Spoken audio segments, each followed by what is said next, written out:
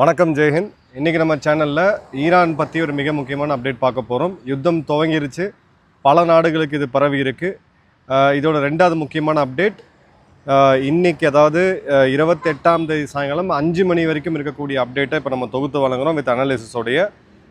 இன்று காலை Israel Iran மீது ஆப்ரேஷன் லயன் ரோர், சிங்கத்தின் கர்ஜனை என்ற பேரில் ஒரு தாக்குதலை ஆரம்பித்தாங்க. ஏவுகணை, ட்ரோன் மற்றும் மிசைல்ஸ், ஏவுகணை, ட்ரோன் மற்றும் வான்வெளி தாக்குதல்.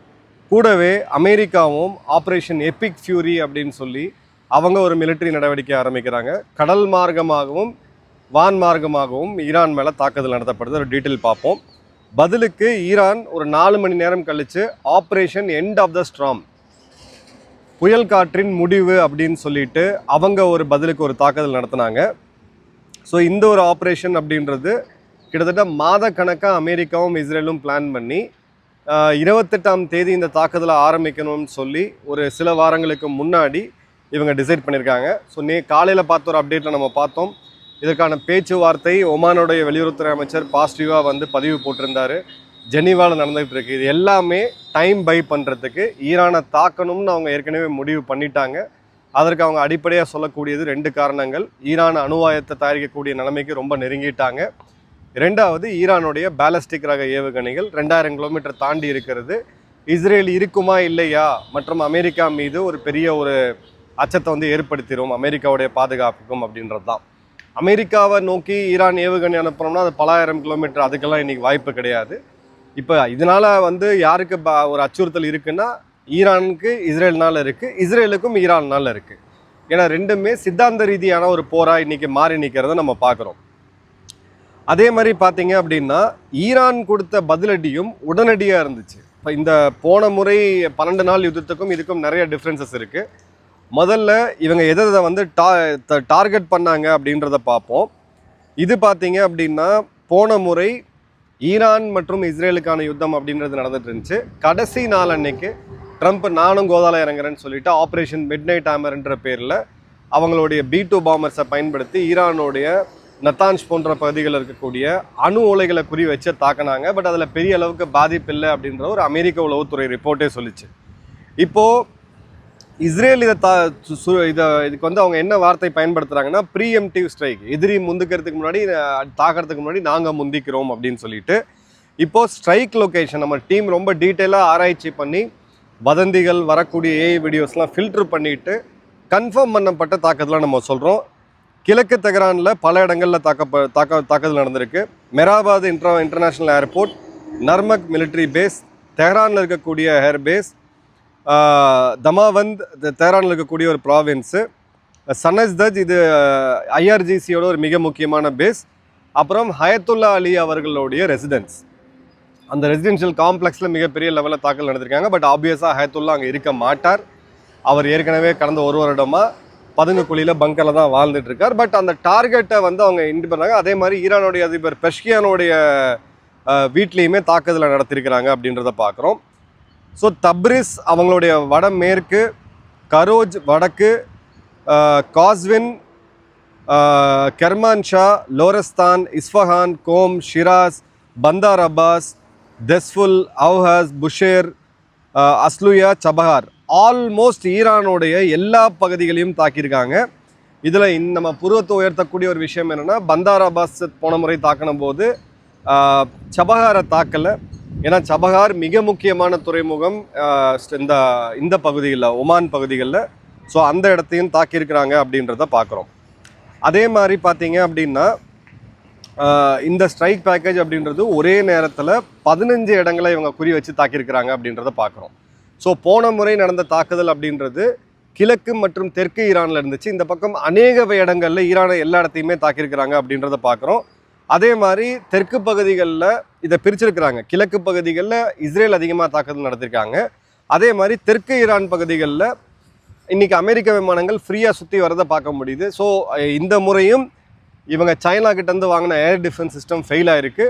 பட் கிழக்கு பகுதிகளில் ஒரு அளவுக்கு ரஷ்யா கிட்டேருந்து வாங்கின surface to air missile defence systems எல்லாமே ஒர்க் ஆகியிருக்கிறது அப்படின்றத பார்க்குறோம். ஸோ டெல்லவீவிலிருந்து 14 மிடர் ரீஃபியூலர் விமானங்கள் இப்போ வானத்தில் பறந்துருக்கு இந்த 4 மணி நேர தாக்குதலில். ஸோ மேற்கு பகுதிகள்லையுமே தாக்குதல் நடத்தியிருக்கிறாங்க அப்படின்றத பார்க்குறோம். 20க்கும் அதிகமான இஸ்ரேலி ஃபைட்டர் ஜெட்ஸ் F-16 மற்றும் F-35 இந்த தாக்குதலில் ஈடுபட்டிருக்காங்க. அமெரிக்க தரப்புலேருந்து எத்தனை விமானங்கள் போச்சு அப்படின்றத பார்க்கலாம். நம்ம வந்து ஒன்றும் கன்ஃபார்ம் பண்ண முடியல. ஸோ 17 ஈரானியன் சைட்ஸை குறி வச்சு தாக்கியிருக்கிறாங்க. இப்போ தெஹ்ரானில் பார்த்தீங்கன்னா யூனிவர்சிட்டி ஸ்ட்ரீட், ஜொம்ஹோரி ஏரியா, இது எல்லாமே ஐஆர்ஜிசியோடைய படை தளபதிகள் தங்கியிருக்கக்கூடிய இடம். ஐஆர்ஜிசியோடைய தளபதி கொல்லப்பட்டார் அப்படின்ற செய்திகள் வருது. ஈரானுடைய சீஃப் ஜஸ்டிஸ் ஆயத்துல்லா அலிக்கு பக்கபலமாக இருந்து இந்த போராட்டக்காரர்களுக்கு ஸ்ட்ரைட்டாகவே மரண தண்டனையெல்லாம் கொடுத்து நீதிமன்ற அந்த இதை கொண்டு வந்து கட்டளையை வச்சுக்கிட்டு இருந்த அவருக்கும் கொல்லப்பட்டதாக செய்தி வருது. அதன் பிறகு பார்த்தீங்க அப்படின்னா சையத் கான்தான், இது வடக்கு தெஹ்ரானில் இருக்கக்கூடியது. ஏற்கனவே சொன்ன மாதிரி சுப்ரீம் லீடர் அலி கமெனே அவர்களுடைய வீடு. இந்த இடத்துல 7 ஏவுகணைகளை வைத்து தாக்கியிருக்கிறாங்க அப்படின்றத பார்க்குறோம். அதே மாதிரி அதிபர் பெஷ்கியான் அவர்களோட வீட்லேயுமே ஒரு 3 ஏவுகணைகள் தாக்கப்பட்டிருக்கு. தெஹ்ரானோட ஏர்பேஸ் தாக்கப்பட்டிருக்கு. அதே மாதிரி பார்த்தீங்கன்னா தம்மவாந்தில் இருக்கக்கூடிய ஐஆர்ஜிசியோட கோர் மிலிட்ரி பேஸ் தாக்கப்பட்டிருக்கு. கராஜ் நார்த் வெஸ்ட் தெஹ்ரானும் தாக்கப்பட்டிருக்கு அப்படின்றத பார்க்குறோம். சென்ட்ரல் ஈரானில் இஸ்ஃபகானில் இருக்கக்கூடிய ENTC, Isfahan nuclear technology center, இதையும் தாக்கிருக்கிறாங்க. பட் இதில் இருக்கக்கூடிய ரியாக்டர்ஸ் தாக்கப்பட்டுச்சா அப்படின்றது தெரியல. அதே மாதிரி பார்த்தீங்க அப்படின்னா கோம் அப்படின்றது ஃபர்தோ ஃபியூவல் என்ரிச்மெண்ட் பிளான்ட், இதுதான் 3 போன முறையும் தாக்கியிருந்தாங்க. இந்த முறை மீண்டும் தாக்கியிருக்கிறாங்க. புஷேர் நியூக்ளியர் பவர் பிளான்ட் அப்படின்றது ரஷ்யாவோட எக்யூப்மெண்ட்ஸ் வச்சு அங்கே வந்து இயங்கிக்கிட்டு இருக்கு. அணு சக்தி உற்பத்திக்குன்னு அவங்க சொல்கிறாங்க. அந்த இடமும் தாக்கப்பட்டிருக்கிறத நம்ம பார்க்குறோம். இப்போது சபஹார் போர்ட்டை வந்து இவங்க தாக்கியிருக்கிறது இந்தியாவுக்கு ஒரு கவலைக்கிடமான ஒரு செய்தி தான், கவலைக்குரிய ஒரு செய்தி தான். இந்த முறை இந்தியா ஒரு 100 கோடி ரூபாய் வருஷம் பட்ஜெட்டில் ஒதுக்குவாங்க. நம்மளை பொறுத்த வரைக்கும் இது நமக்கு ஒரு மிக முக்கியமான ஒரு பேஸ். நம்ம ஆப்கானிஸ்தான் மற்றும் சென்ட்ரல் ஆசியன் நாடுகளை பாகிஸ்தானை பைபாஸ் பண்ணி போகிறதுக்கு. ஸோ இந்த இடத்துல முதல் முறையாக சபஹார் துறைமுகம் தாக்கப்பட்டிருக்கு. அதே மாதிரி பந்தார் அப்பாஸில் இருக்கக்கூடிய நேவல் காம்ப்ளெக்ஸ், இது ஸ்ட்ரெயிட் ஆஃப் ஹார்மூஸில் ஈரானுடைய நேவி பெருமளவுக்கு வலிமையான கிடையாது. ஸ்பீட் போட்ஸு, நேவல் ட்ரோன்ஸை இவங்க இங்கேருந்து ஆப்ரேட் பண்ணிட்டு இருக்காங்க. ஸோ ரெகுலரான ஈரானியன் நேவியும் சரி, ஐஆர்ஜிசியோடைய நேவல் ஹெட் குவார்ட்டர் ரெண்டையும் குறி வச்சு தாக்கியிருக்காங்க. எக்ஸ்டென்ட் என்ன அப்படின்றது இன்னும் கிளியராக தெரியல. ஏன்னா இந்த பகுதிகளில் தான் உலகத்துக்கு 20% கச்சா எண்ணெய் போக்குவரத்து அப்படின்றது நடந்துகிட்டு இருக்கு. இந்த இடத்துல தாக்குதல் நடந்தால் கச்சா எண்ணெய் விலை இப்போ $70 per பேரல் இருக்கிறது $100 அதிகரித்துக்கான வாய்ப்புகள் நிச்சயமாக இருக்குது. அதே மாதிரி பார்த்தீங்க அப்படின்னா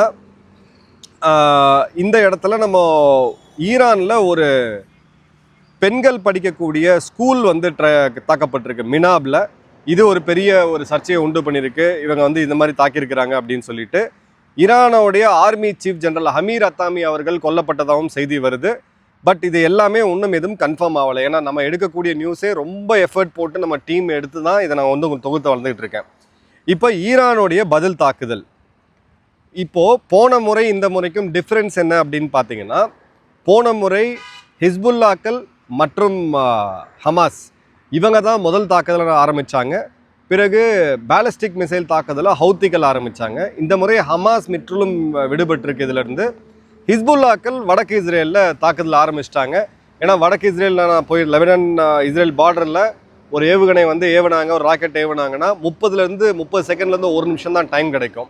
அங்கே இருக்கக்கூடிய அதிகாரிகள் பர்சனலாகவே எனக்கு கன்ஃபார்ம் பண்ணாங்க. ஸோ அந்த இடத்துல வந்து ஹிஸ்புல்லாக்கள் ஒரு சிறு லெவலுக்கான தாக்குதலை ஓப்பன் பண்ணியிருக்காங்க. போன முறை மாதிரி 5000-6000 ராக்கெட்ஸை ஒரே நேரத்தில் ஏவாமல் ஒரு 50லேருந்து 100 ராக்கெட் ஒரு நேரத்தில், பிறகு ஒரு 20 நிமிஷம் கேப்பில் இன்னொரு முறை அப்படின்ட்டு. இதில் சில ஹைஃபாவுடைய துறைமுக பகுதிகள்லையும் வடக்கு இஸ்ரேல் பகுதிகளிலும் கன்ஃபார்ம்டாக 2 இடத்துல இந்த தாக்குதல் வந்து உறுதி செய்யப்பட்டிருக்கு.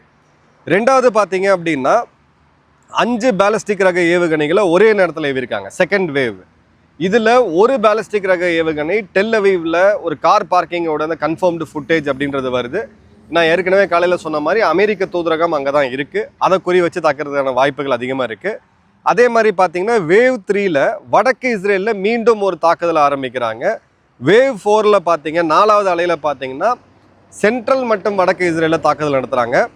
5வது வேவ் மீண்டும் வடக்கு இஸ்ரேலில் தாக்குதல் நடத்துறது நம்ம பார்க்க முடியுது. அதே மாதிரி இப்போ வேவ் 6, அதாவது ஒரு 2 மணி வாக்கில் இந்திய நேரப்படி 6வது தாக்குதல் அப்படின்றது ஷஹீத் ட்ரோன்ஸ் மற்றும் பேலிஸ்டிக் ரக ஏவுகணைகள். ஈரான்லேருந்தும் பேலிஸ்டிக் ரக ஏவுகணைகள் டைரெக்டாக வருது. ஏவுகணைகள் ஒரு 10ல் 1 ஹிட் ஆகுது அப்படின்னு சொல்லலாம். பட் ட்ரோன்கள், ஷஹீத் ட்ரோன்களை வந்து இப்போ அமெரிக்காவோட யூஎஸ் ஜெரால் போர்க்கப்பல் அங்கே இருக்கிறதுனால அவங்களால தடுக்க முடியுது. ஸோ டெல் அவீவ் தாக்கப்பட்டிருக்கு, ஜெருசலேம் தாக்கப்பட்டிருக்கு, பியர்ஷெவா தாக்கப்பட்டிருக்கு. இப்போ ரொம்ப ரொம்ப ஒரு இது நாள் வரை ஈரான் பண்ணாத ஒரு விஷயம் என்ன அப்படின்னு பார்த்தீங்கன்னா, இஸ்ரேல் இல்லாத மிச்ச அமெரிக்கன் பேசஸை தாக்குனது. போன முறை கத்தாரை வந்து ஒரு அடையாளத்துக்காக தான் தாக்குனாங்க. இந்த முறை அமெரிக்காவுடைய 5th ஃப்ளீட் ஹெட் குவார்ட்டர் பஹ்ரைனில் ஒரு டைரக்ட் ஸ்ட்ரைக்கு மிகப்பெரிய சேதத்தை ஏற்படுத்தியிருக்கு. எத்தனை அமெரிக்கர்கள் கொல்லப்பட்டாங்க அப்படின்றது தெரியல. பட் அந்த ஸ்ட்ரைக்கோட இம்பேக்ட் நம்ம பார்க்கும்போது ஒரிஜினல் வீடியோ தான் அது. கண்டிப்பாக இது ஒரு பெரிய தாக்குதலாக அவங்க நடத்தியிருக்காங்க. அடுத்தது கத்தாரில் இருக்கக்கூடிய அமெரிக்காவுடைய மிகப்பெரிய ஏர்பேஸ் அல் உதைத் ஏர்பேஸில் தாக்குதல் நடத்தியிருக்காங்க.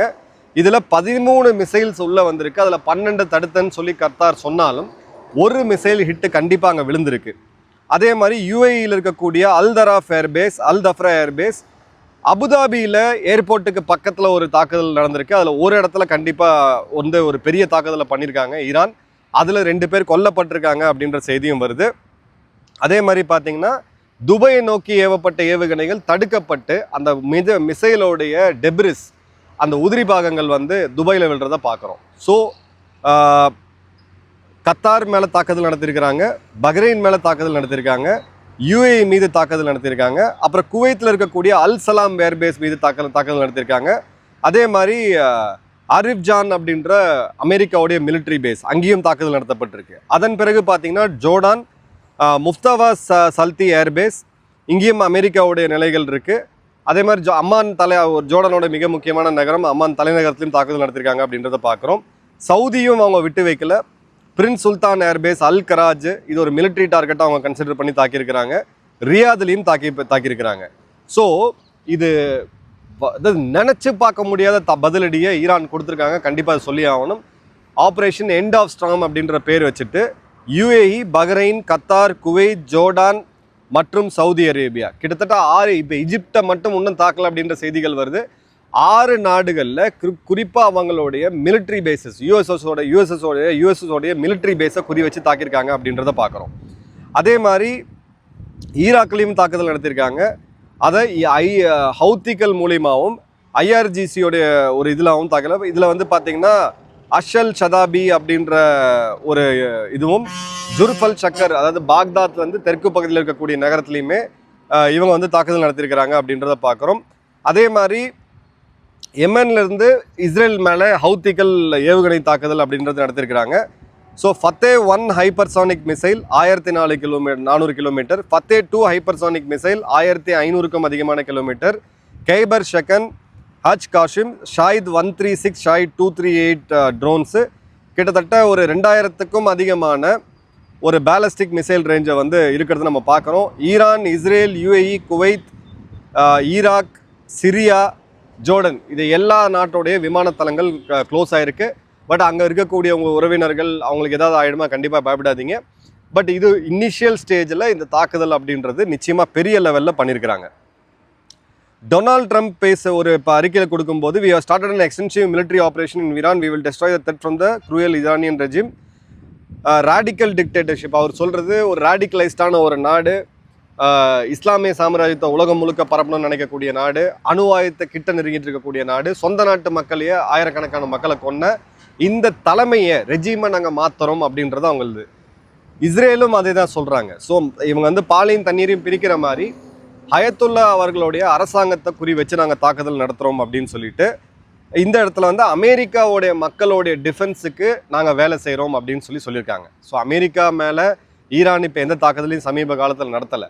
இது நடந்து இந்த ஈரான் பதில் தாக்குதல் நடத்தும் போது ட்ரம்ப் இன்னொரு பதிவை போடுறாரு. அந்த பதிவில் என்ன சொல்கிறாருன்னு பார்த்தீங்கன்னா, 2024 நவம்பர் இதில் அமெரிக்காவில் நடந்த தேர்தலில் ஈரான் வந்து இன்ஃப்ளூயன்ஸ் பண்ணுறாங்க ட்ரம்ப்பை தோக்கடிக்கிறதுக்குன்னு ஒரு செய்தி வந்துச்சு. அந்த செய்தியை கோட் பண்ணி போகிறாரு, நாங்கள் பதிலுக்கு உங்கள் மேலே தாக்குதல் நடத்துகிறோம்ட்டு. ஸோ ஈரானுடைய மிசைல் இண்டஸ்ட்ரி மற்றும் கடற்படை இது முற்றிலும் தாக்கி அழிச்சிருவோம். ஆட்சி மாற்றத்தை அவங்க மக்கள் விரும்பினாங்கன்னா அவங்க பண்ணிக்கிட்டோம். ஸோ அவங்களுடைய அரசியல் தலைமையை டீகேபிட்டேட் பண்ணி தலையை வெட்டி எடுத்துட்டு அதன் பிறகு மக்கள் போராட்டத்தை இன்ஸ்டிகேட் பண்ணணுன்ட்டு 2003 ஈராக் போருக்கும் வெப்பன்ஸ் ஆஃப் மாஸ் டிஸ்ட்ரக்ஷன் பேரழிவு தரக்கூடிய ரசாயன ஆயுதங்கள் இருக்குன்னு சொல்லி இவங்க ஒரு கதை விட்டு உள்ளே போய் எல்லாம் பண்ணாங்க. ஆனால் அன்னைக்கு கிட்டத்தட்ட 1.5 லட்சம் அமெரிக்க துருப்புகள் ஈராக்கில் இறங்கி சண்டை போட்டாங்க. கிட்டத்தட்ட 5-6 வருஷம் அவங்க எந்த அளவுக்கு அனுபவிச்சாங்கன்றது தெரியும். இந்த முறை அமெரிக்கா அந்த தப்பை பண்ணாது. ஏன்னா அமெரிக்க வீரர்கள் இறக்குறது அப்படின்றது அமெரிக்காவுடைய லோக்கல் சென்டிமெண்ட்டுக்கு மிகப்பெரிய ஒரு பின்னடைவு. அங்கேருந்து பாடி பேக்ஸை பேக் பண்ணி அமெரிக்க வீரர்கள் திரும்ப வந்தாங்கன்னா ட்ரம்ப்போட ஆட்டம் டப்பா டான்ஸ் ஆடிடும். ஸோ ரொம்ப தெளிவாக இவங்க விமானப்படை தாக்குதலை மட்டும் நடத்துறதுக்கான வேலையை பார்க்குறாங்க. இதுக்கு when we are finished take over your government it will be yours to take, this will probably your only chance for generations. நாங்கள் அடித்து உங்களுடைய தலைமையை உடைச்சிருவோம், ஐஆர்ஜிசியோட தலைமையை எடுத்துருவோம், உங்களுடைய கடற்படையை அழிச்சிருவோம், உங்கள் நாட்டோடைய பேலிஸ்டிக் மிசைல் செட்டை முடிச்சிருவோம். அதன் பிறகு நீங்கள் வந்து ஆட்சியை மாற்றத்தை கொண்டு வாங்க, உங்கள் பல தலைமுறைக்கு கிடைக்கக்கூடிய ஒரே வாய்ப்பு அப்படின்னு சொல்லியிருக்காங்க. ஐஆர்ஜிசிக்கு அவங்க என்ன வால்யூம் கொடுக்குறாங்கன்னா உள்ளுக்குள்ளே ஒரு டிவிடெண்ட் ரூல் பாலிடிக்ஸு, நீங்கள் சண்டை போடாமல் சரணடைஞ்சிட்டிங்கன்னா உங்களை நாங்கள் எதுவும் பண்ண மாட்டோம் அப்படின்னு சொல்லிட்டு. இப்போது 47 வருஷம் death for Israel, death for America அப்படின்னு சொல்லி இவங்க இது பண்ணாங்க அப்படின்னு சொல்லிட்டு சித்தாந்த ரீதியாக ரேடிக்கலைஸ்டான ஒரு நாடு இவங்ககிட்ட அணுவது. இப்போ ஈரானுடைய பதில் தாக்குதல் நினச்சி பார்க்க முடியாத அளவுக்கு இருக்குது. அவங்களுடைய வெளியுறவுத்துறை அமைச்சர் பேசும்பொழுது நாங்கள் இதுக்கு தயாராகிட்டு தான் இருக்கிறோம் அப்படின்ட்டு அவங்க சொன்னதை செஞ்சுருக்காங்க. அதை வந்து நம்ம மறக்கவே கூடாது. ஈரான் இத்தனை நாடுகள் மேலே ஒரே நேரத்தில் தாக்குதல் நடத்துவாங்கன்னு சொல்லி இவங்களும் எதிர்பார்த்துருக்க மாட்டாங்க. இப்போது இந்த போர் இங்கேயோட முடிஞ்சதுன்னா நானும் ஜெயிச்சிட்டேன், நீங்கள் பதிலுக்கு நாங்கள் தாக்குதல் நடத்தினு சொல்லி முடிக்கலாம். ஆனால் அமெரிக்கா சொல்கிறது இன்னும் 4 நாட்கள் அப்படின்ற போது ஒரு டேஞ்சரஸான ஒரு ஜோனை நோக்கி இதை போகுது. என்ன அப்படின்றத தொடர்ந்து ஒரு 5 மணி நேரத்துக்கு ஒரு காலனி அப்டேட் கொடுத்துட்டே இருக்கும். தொடர்ந்து பார்த்துட்டே இருங்க. வீடியோவை மறக்காமல் ஷேர் பண்ணுங்கள். நன்றி, வணக்கம், ஜெய் ஹிந்த்.